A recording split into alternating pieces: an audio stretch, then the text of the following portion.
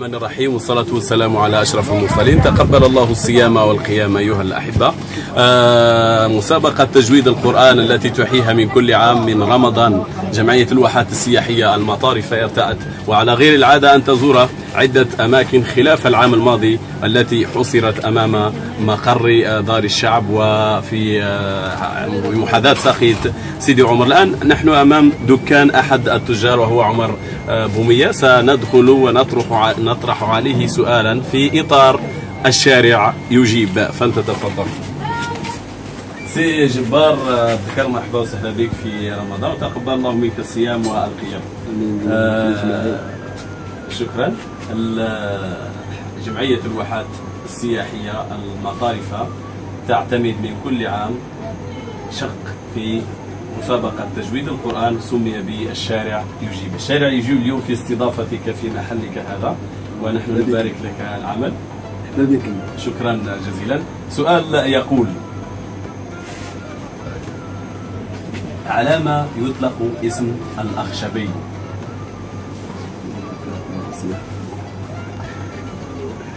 لا.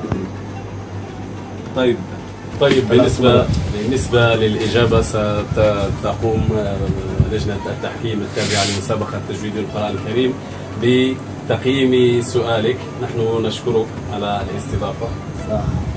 شكرا عبد الجبار. يجيب في عارف الجبل في طبعته الرابعة. يحضر معنا مجموعة من الشباب ونختار منهم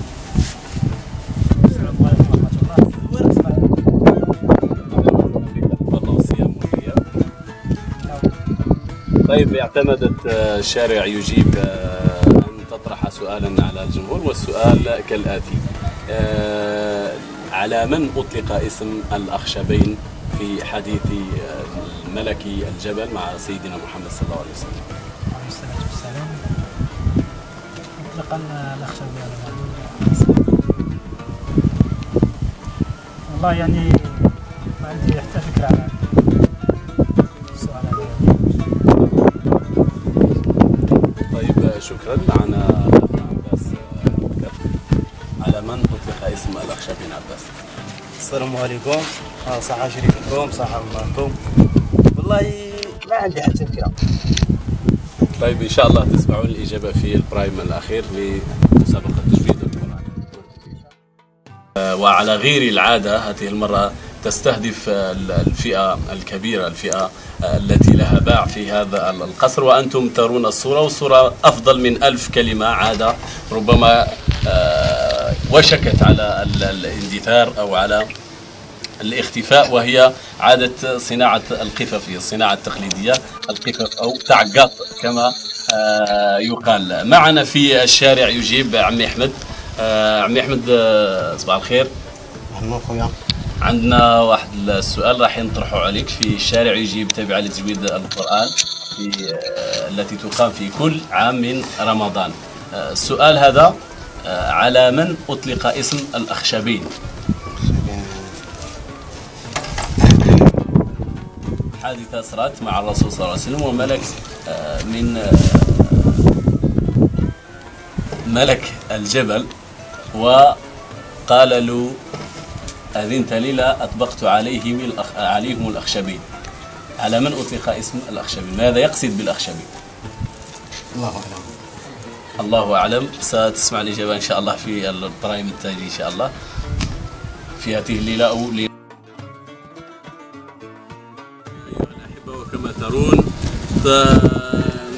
خصت حتى أولئك التجار الذين لا يرتاحون ولا ينامون في رمضان خدمة لهذا الشعب الصائم، الشعب الجزائري، الشعب القروي دعوني أقول، ونحن في قرية المطارف. الشارع يجيب ككل عام تطرح سؤالا وهي في طبعتها الرابعة. معنا صالح يحيوي أحد التجار الناشطين في القصر. نوجه إليك سؤال. قبل أن نوجه إليك السؤال لك التحية. أولا تحياتي لكم ولكم السهر على هذا. شكرا جزيلا. الشارع يجيب يطرح سؤالا مفاده: على ما يطلق اسم الأخشبين؟ الأخشبين. ثمة حادثة حدثت قديما في عهد سيدنا محمد صلى الله عليه وسلم، لا أزيدك توضيحا، على ما يطلق اسم الأخشبي. والله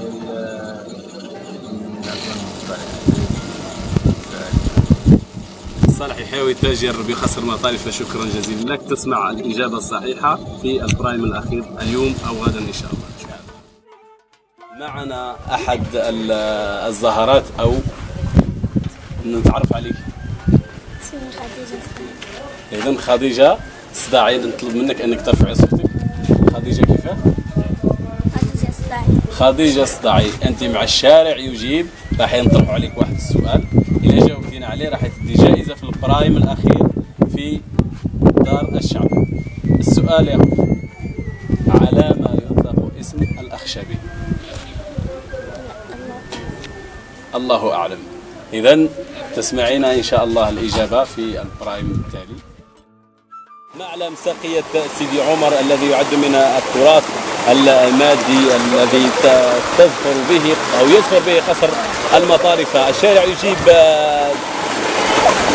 استطرد ربما كل الفئات.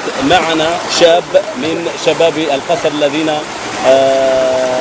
يتلذذون بهذا النعيم الرباني في القصر. لابد أن نتعرف على الضيف. السلام عليكم، أرحب بكم وأشكركم على هذا اللقاء. اسمي مزيري بوعيان واللقب مزيري. أرحب بكم على كل شكرا على رسالة الترحيب، أنت مغمور، نشكرك على ذلك. السؤال يقول: يا مزوري، على ما يطلق اسم الأخشبين؟ هناك حادثة حدثت في الطائف بين رسول الله صلى الله عليه وسلم، حدث بين الرسول صلى الله عليه وسلم وجاءه ملك، تمت كلمة أخشبين. ما الذي يقصد بكلمة أخشبين؟ الله أعلم. من قال الله أعلم علمه الله ما لا يعلم. تسمع الإجابة إن شاء الله في البرايم الأخير ليلة اليوم أو ليلة غد إن شاء الله. الشارع يجيب وكعادته يطرح سؤالا للجمهور، والآن خرج عن العادة واستمد حتى إلى الفئة النسوية ولله الحمد والشكر. سؤالي يقول: على من أطلق اسم الأخشبين في حديث الرسول مع الملك؟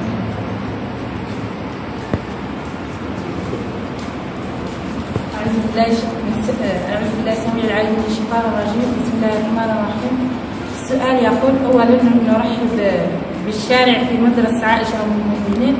ثانيا السؤال يقول: على من أطلق اسم الأخشبين في الحديث النبوي الشريف؟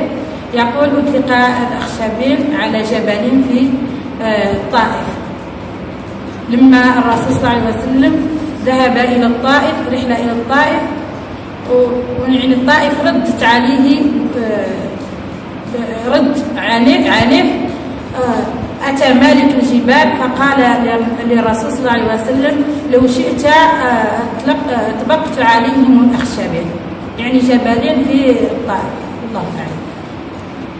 شكرا لك طلبة مجيدة على هذه الإجابة والتي تعد صحيحة.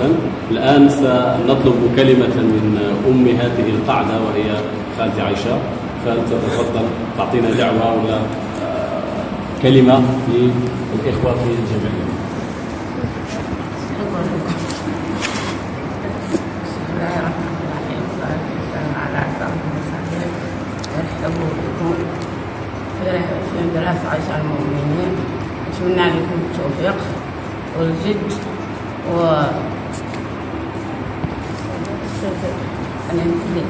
التوفيق والجد، ونتمنى لكم الخير، ونتمنى لكم كثير تزيدوا. أيها الأحبة، وصلنا إلى ختام الشارع يجيب. لابد لنا أن نشكر جمعية الواحات السياحية على العمل الجبار الذي قامت به طيلة هذا الشهر، وفي طبعته الرابعة مسابقة تجويد القرآن الكريم. لابد لنا أن نقف عند محطات من الشكر. نشكر رئيس الجمعية ونائب رئيس الجمعية وكل الأعضاء. نشكر خلية الإعلام التي تعبت وسهرت كثيرا من أجل إنجاح هذه الطبعة، ولقد رأيتم التميز الذي صنعه الجديد الذي كان عصارة فكر هذه الجمعية. ومعكم ميكروفونيا القائد عصام أو عيسى صداعي. نشكركم على كل ما قدمتموه لنا، نشكركم على صبركم وعلى تفاعلكم. أنتم أيها الجمهور الذين صنعتم وستظلون تصنعون الحدث. شكرا لكم، تقبل الله الصيام والقيام، ولنا موعد إن شاء الله العام القادم. لمزيد من المعلومات لكم أن تتصلوا بنا أو أن تطلعوا على الشريط الظاهر أسفل الشاشة على موقع فيسبوك ويوتيوب. لكم منا جزيل الشكر، والسلام عليكم ورحمة الله تعالى وبركاته.